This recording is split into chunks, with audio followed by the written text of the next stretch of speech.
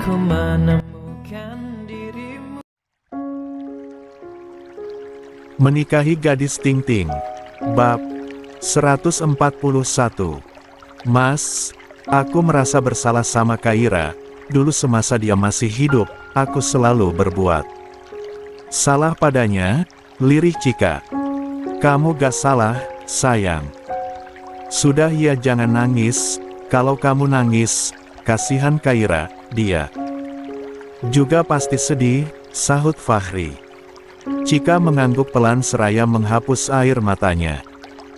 Satu persatu pelayat yang mengantarkan Kaira ke tempat peristirahatan terakhirnya kembali pulang ke rumahnya masing-masing. Dan kini, hanya ada Fahri, Chika, Aryon, Cahaya, Bulinda, dan Rosak. Mereka masih duduk bersimpuh di depan makam Kaira. Van, Chika, Tante Linda, maafin Kaira jika Kaira mempunyai salah sama kalian, ujar Aryon. Kita sudah maafin, kamu tenang saja sahut Fahri. Yan, gue boleh minta tolong sama lo? Tanya Aryon. Katakan. Gue mau tes DNA, ujar Aryon. Gue mau tes DNA anak yang dilahirkan Kaira dengan gue. Gak hanya itu, gue juga mau tes DNA anak itu dengan ayah gue. Karena gue gak tahu anak itu anak siapa, ujar Aryon lagi. Fahri mengangguk paham. Baik, serahkan semuanya sama Rosak. Dalam 2 hari tes, DNA-nya sudah keluar, sahut Fahri. Aryon tersenyum senang. Terima kasih, Van. Fahri hanya menganggukkan kepalanya guna menanggapi ucapan Aryon. Terlihat Chika yang sedang meringis seraya memegang perutnya. Mas, teriak Chika hingga membuat Fahri dan yang lainnya terkejut. Sayang, kenapa? Tanya Fahri panik. Tolong, perutku sakit sekali. Lirih Chika. Wajah Fahri semakin panik. Sakit. Fahri, sepertinya Chika mau melahirkan. Ayo cepat bawa istrimu ke rumah sakit, ujar Bulinda. Mata Fahri membulat. Melahirkan. Dengan cepat, Fahri membopong tubuh Chika untuk masuk ke dalam mobil, dengan diikuti oleh Rozak dan Bulinda dari belakang. Kak, ayo kita ikuti Chika ke rumah sakit, ujar Cahaya. Aryon yang masih terbengong, ia terkesiap saat mendengar suara Cahaya. Dengan cepat, Aryon menganggukkan kepalanya, lalu ia dan Cahaya gegas pergi menyusul Fahri. Sedangkan Chika yang sudah berada di dalam mobil, ia merintih kesakitan seraya memegang perutnya. Ya Allah, ini sakit sekali, rintih Chika. Chika, tenangkan dirimu, nak. Sabar ya, sebentar lagi kita sampai rumah sakit, ujar Bu Linda. Peluh pun bercucuran membasahi wajah Chika. Dengan lembut, Fahri mengusap peluh yang membasahi wajah istrinya itu. Mata Fahri berkaca-kaca, sungguh ia tidak kuat melihat Chika yang kesakitan seperti itu. Sayang, bertahan ya, kamu pasti bisa, ujar Fahri. Satu air mata lolos membasahi wajah tampan Fahri. Ia sudah tidak bisa menahan air matanya lagi. Rozak, percepat laju mobilnya, titah Fahri. Rozak mengangguk patuh, ia pun menambah kecepatan laju mobilnya. Sayang, lebih baik Mas saja yang kesakitan, seandainya rasa sakit itu bisa diberikan. Berikan saja pada Mas. Mas gak tega lihat kamu seperti ini, lirih Fahri. Chika tersenyum seraya memegang tangan Fahri dengan erat.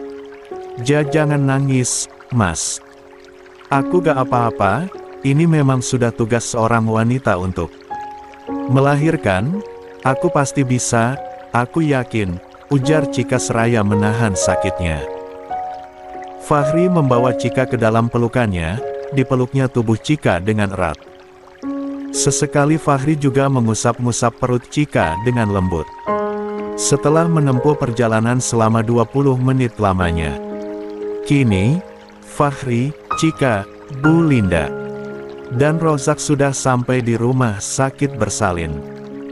Dengan cepat Fahri membopong tubuh Cika dan berlari masuk ke dalam rumah sakit.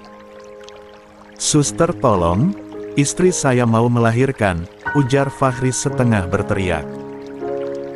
Dua orang suster yang tengah berjalan, dengan sigap mereka membantu Fahri, direbahkannya tubuh Cika di atas brangkar, kemudian dibawa masuk ke dalam ruang bersalin. "Suster, saya ikut masuk. Saya mau melihat istri saya," ujar Fahri ketika sudah berada di ruang bersalin. Suster itu mengangguk seraya tersenyum. "Silahkan, Pak," sahutnya. Dengan wajah cemas, dan tubuh yang sedikit bergetar karena panik, Fahri pun masuk ke dalam ruang bersalin.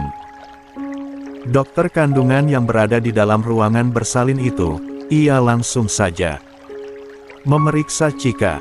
"Ah, sakit sekali," rintih Cika.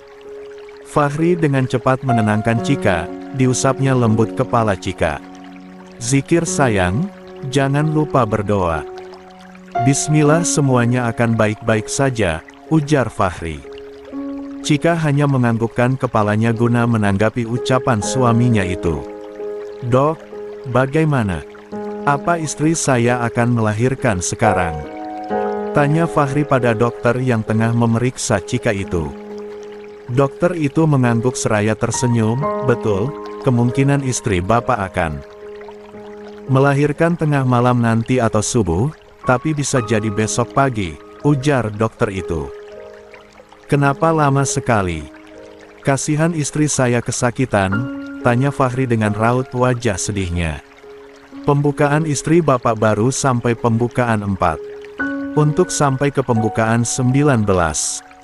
Memang memerlukan waktu yang cukup lama. Berbeda dengan lahiran secara caesar, itu tidak memerlukan pembukaan," ujar dokter itu menjelaskan. Fahri mengangguk paham, ia menatap wajah Cika yang sedang terpejam. "Sayang, lahiran secara caesar saja ya," ujar Fahri. Cika menggelengkan kepalanya. "Enggak Mas, aku mau lahiran normal saja. Aku mau merasakan perjuangan yang begitu luar biasa bagi seorang ibu. Mau caesar atau normal juga sama saja perjuangannya begitu besar, karena bertaruh dengan nyawa. Tapi aku tetap mau normal saja," sahut Cika.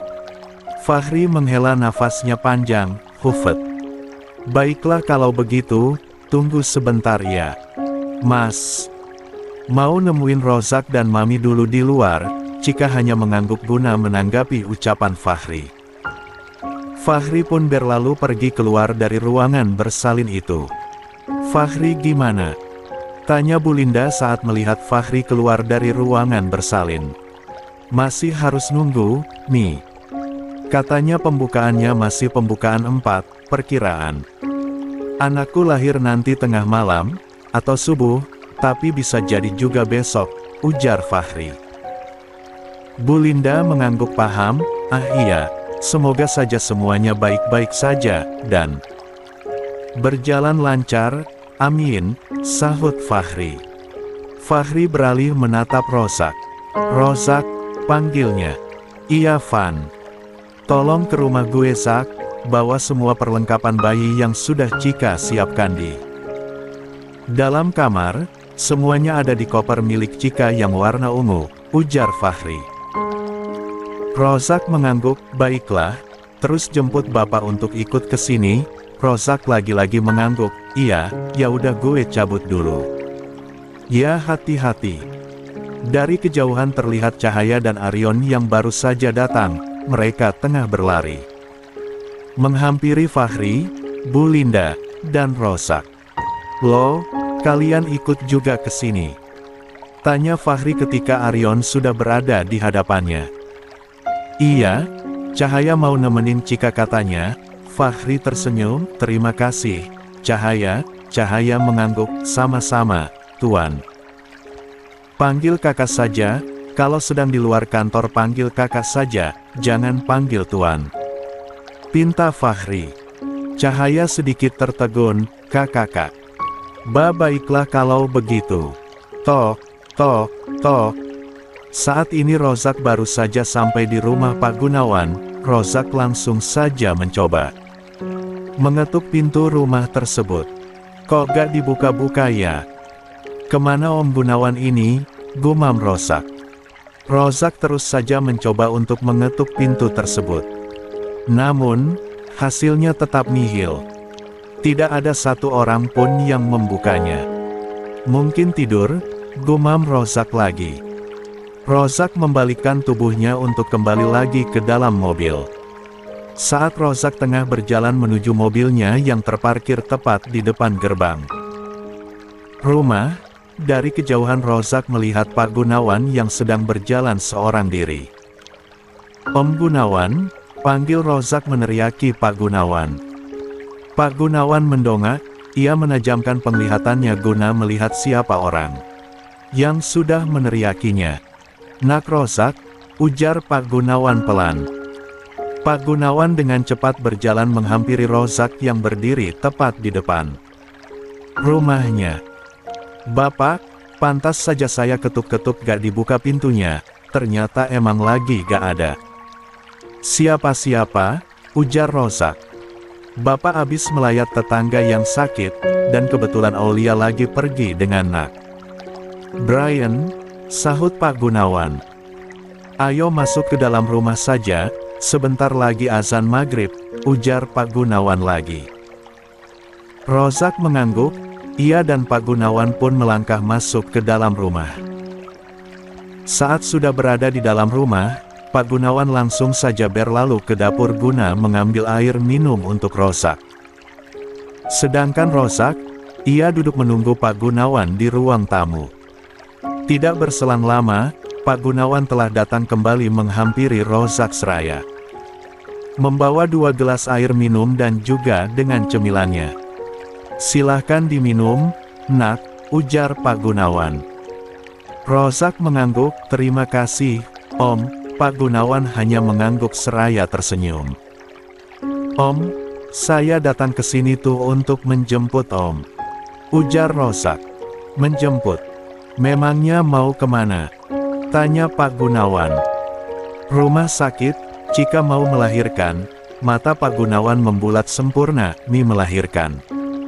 Tanya Pak Gunawan. Rozak mengangguk, iya. Kenapa cepat sekali? Bukannya perkiraan dokter itu 2 minggu lagi? Tanya Pak Gunawan lagi. Iya, itu hanya perkiraan dokter saja Om. Setahu saya persalinan seseorang itu bisa saja jadi lebih cepat dari hari perkiraan lahir. Pak Gunawan mengangguk paham, kalau begitu setelah salat maghrib kita berangkat. 5 menit lagi juga azan. Baik, Om. Di sisi lain, Aulia saat ini sedang berada di rumah Brian. Aulia tampak mengernyitkan keningnya saat melihat seluruh anggota keluarga Brian berada di ruang keluarga bersama dengannya. Aulia semakin bingung saat melihat raut wajah Brian yang sedari tadi tampak lesu. Papa, Mama, Kakek, ada apa sebenarnya? Kenapa kalian melihat aku seperti itu? Tanya Aulia. Aulia, ada yang mau kakek bicarakan sama kamu. Ini serius, ujar Pak Gunajaya. Aulia langsung membenarkan posisi duduknya. Ia menegakkan tubuhnya saat melihat raut wajah Pak Gunajaya yang serius. Ada apa kek? Tanya Aulia lagi. Pak Gunajaya menghirup nafasnya dalam-dalam, dengarkan ucapan kakek ya. Aulia hanya mengangguk dengan raut wajah bingungnya. Nak, kakek, Brian, Dini, dan Bobby akan terbang ke Paris besok pagi. Kami akan menetap di sana untuk beberapa bulan, karena perusahaan yang di sana yang sedang ditangani oleh Naomi kakaknya Brian sedang bermasalah, jadi untuk sementara waktu kamu dan Brian gak bisa bertemu dulu, beritahu Pak Gunajaya. Aulia terdiam selama beberapa menit, lalu ia beralih menolehkan kepalanya ke arah Brian. Dilihatnya Brian yang hanya menundukkan kepalanya. Berapa lama memangnya? Apakah lama? Tanya Aulia.